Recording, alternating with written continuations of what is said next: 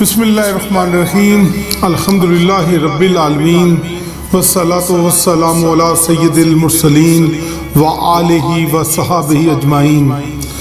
تمام چاہنے والے، دیکھنے والے، سننے والوں کو السلام علیکم ورحمۃ اللہ وبرکاتہ۔ آج کی نشست محرم الحرام کے ایام بلکہ یوم عاشور سے بالکل ہم چند گھنٹے پہلے یہ گفتگو کر رہے ہیں۔ آج چاہنے والوں نے، عقیدت مندوں نے، مریدین نے، جتنے بھی میرے سامنے اس وقت موجود ہیں میرے پاس، کیونکہ محرم الحرام میں ہم نے یہ سلسلہ شروع کیا کیونکہ یہ ہم اہل سنت کا مہینہ ہے جسے ہمیشہ صحابہ کرام رضوان اللہ علیہ نے بڑے ادب، بڑے احترام اور بڑی عقیدت سے منایا۔ ہمارے جتنے بھی ابو اجداد، ولی کامل، بزرگان دین ان دنوں کو بڑی عقیدت، محبت اور احترام سے مناتے تھے۔ حضور داتا علی حجویری سرکار ہوں یا حضور غوث پاک سرکار ہوں، شہباز قلندر ہوں، خواجہ معین الدین چشتی اجمیری ہوں، بابا فرید گنج شکر ہوں، امام بری سرکار ہوں یا میری جد پیر سید فضل شاہ ولی رحمۃ اللہ علیہ ہوں، ان ایام میں پورا محرم اور بالخصوص یکم محرم سے 10 محرم تک ہر اللہ کا ولی اپنے عقیدت مندوں کو، مریدین کو، چاہنے والوں کو درس محرم، درس کربلا وہ دیتا تھا۔ جیسا کہ حضرت سلطان العارفین بھی، حضرت سلطان بہو بھی یکم سے 10 تک درس کربلا دیتے تھے اپنے چاہنے والوں کو۔ اسی طرح ہم جتنے بھی اللہ کے ولیوں کی اولادوں میں سے اس وقت زیب سجادہ نشین درگاہوں پر موجود ہیں، یہ سنت اپنے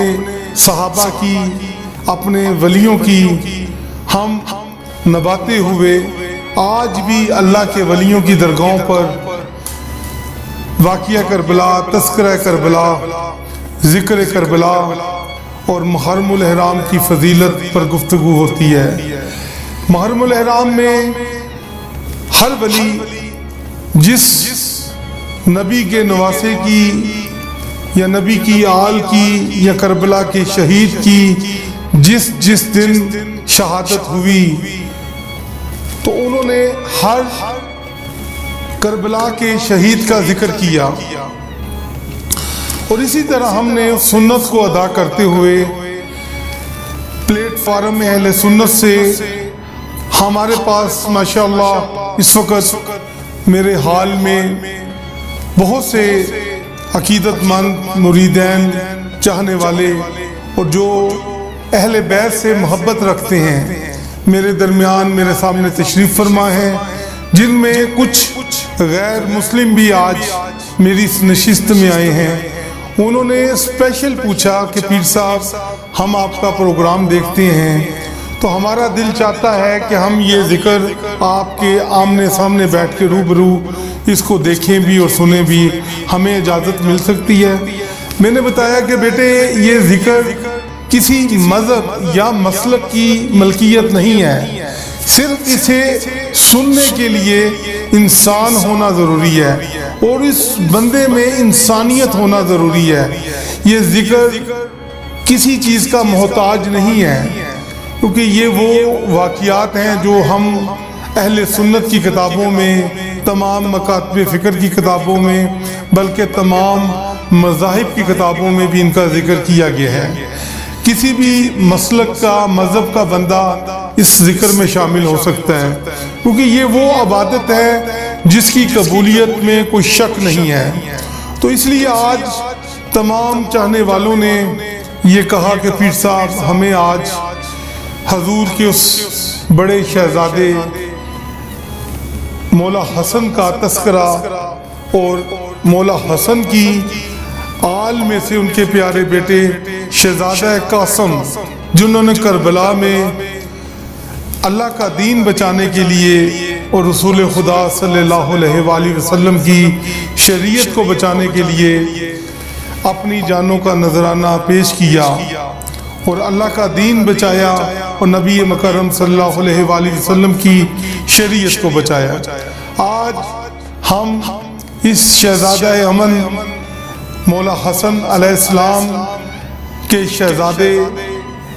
شہزادہ قاسم کا ذکر کریں گے اور بتائیں گے کہ مولا حسن نے کس طرح اللہ رب العزت کی بارگاہ میں دعا مانگی تھی، کیونکہ جس وقت سیدہ فاطمہ الزہرا سلام اللہ علیہ نے مولا علی علیہ السلام سے فرمایا کہ میرے بابا نبی مکرم نبی رحمت صلی اللہ علیہ وآلہ وسلم نے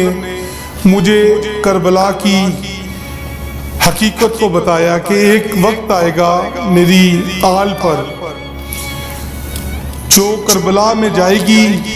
اور کربلا میں جا کر میری شریعت اور میرے پروردگار کا دین بچائے گی۔ تو اس پر ایک روز سیدہ فاطمہ الزہرا سلام اللہ علیہ اور مولا علی میں گفتگو کربلا کے موضوع پر ہو رہی تھی کہ نبی مکرم نے ہمیں اس بات کی بشارت دی تھی اور بتایا تھا کہ یہ وقت آئے گا۔ تو جب یہ تمام واقعہ امام حسن علیہ السلام کے سامنے بیان ہوا تو اس وقت امام حسن علیہ السلام نے اللہ کی بارگاہ میں دعا کی کہ یا اللہ مجھے تو ایک ایسا بیٹا عطا فرمانا جو کربلا میں اپنے اور میرے جد میرے نانا رسول خدا صلی اللہ علیہ وآلہ وسلم کی شریعت کو بچائیں گے اور آپ کے دین کو بچائیں گے اپنی جان کا نذرانہ پیش کر کے۔ اور جس وقت امام حسن علیہ السلام کی یہ دعا قبول ہوئی تو اللہ نے انہیں ایک بیٹا عطا کیا جس کا نام شہزادہ قاسم رکھا، اور اپنی زوجہ ام فروہ کو مولا حسن علیہ السلام فرمانے لگے کہ ایک وقت آئے گا میں اس وقت دنیا میں موجود نہیں ہوں گا، تو کربلا کا مقام ہوگا تو میرا بیٹا شہزادہ قاسم وہاں پر اپنی جان کا نذرانہ پیش کر کے کربلا میں شہادت پیش کر کے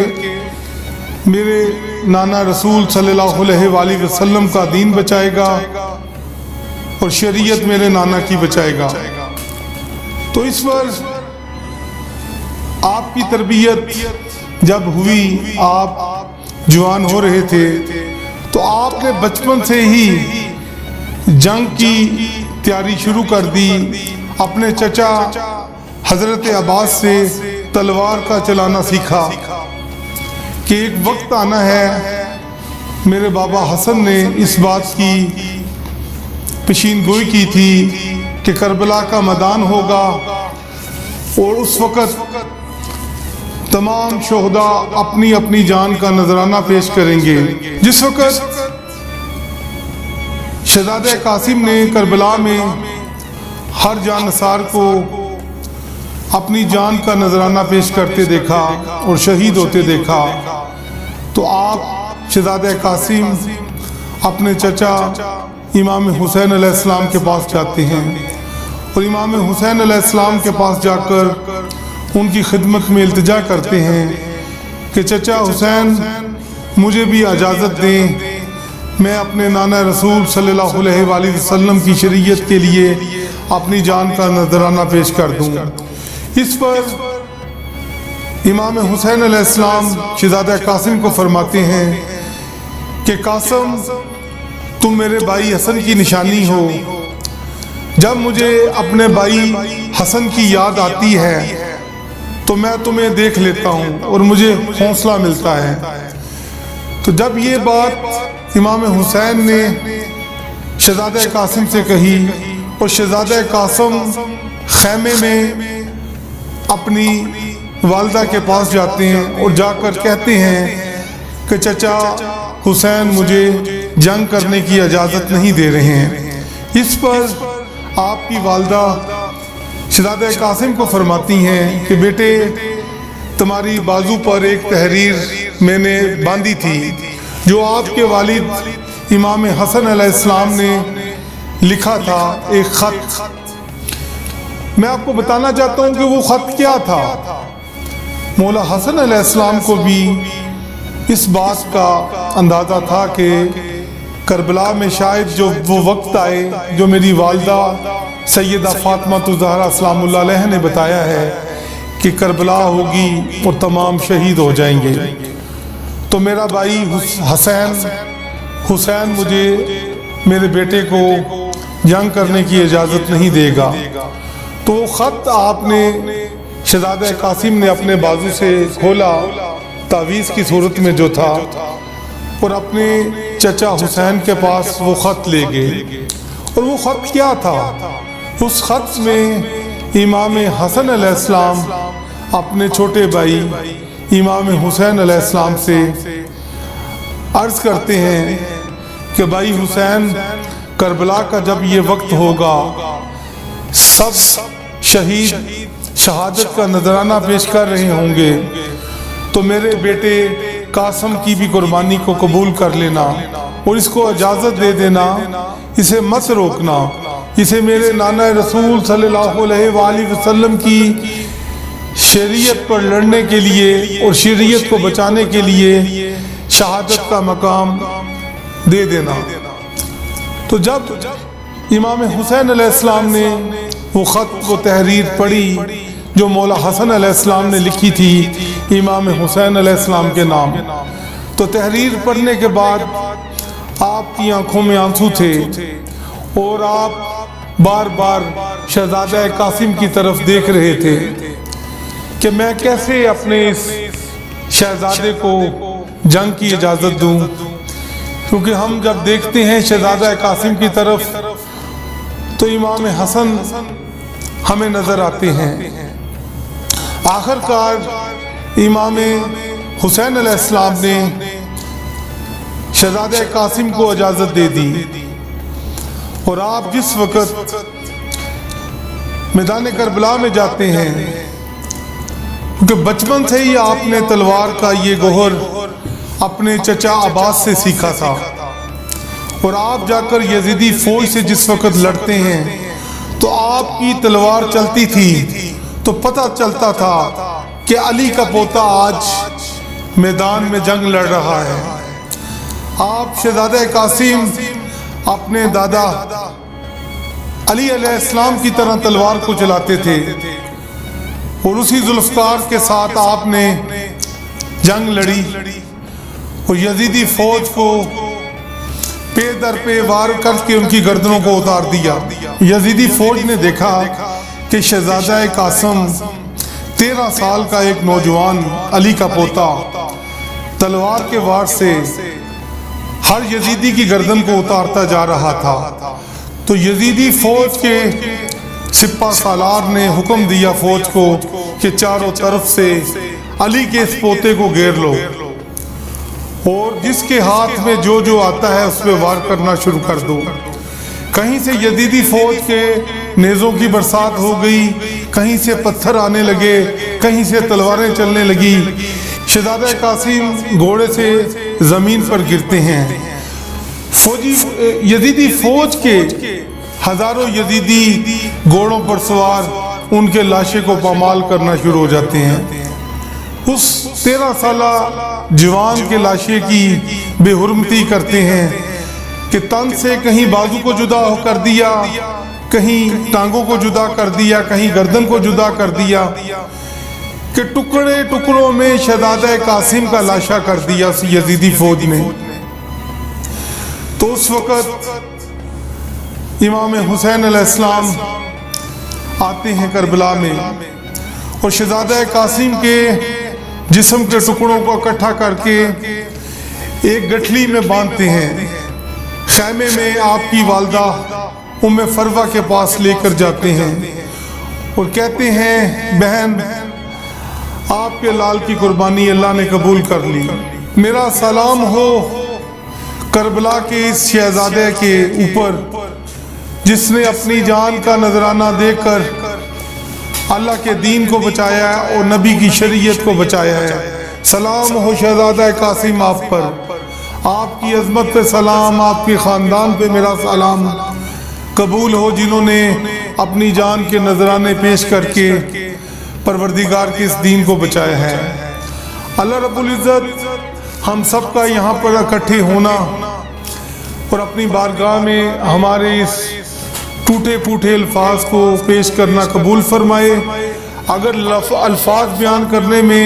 کوئی کمی پیشی رہ گئی ہے تو میرے مالک ان الفاظ کو اپنی بارگاہ میں قبول کرنا، اور جتنے بھی میرے اس پروگرام کو سن رہے ہیں، دیکھ رہے ہیں اور یہاں پر موجود ہیں، اللہ ان سب کی دلی حاجات کو پورا فرما دے،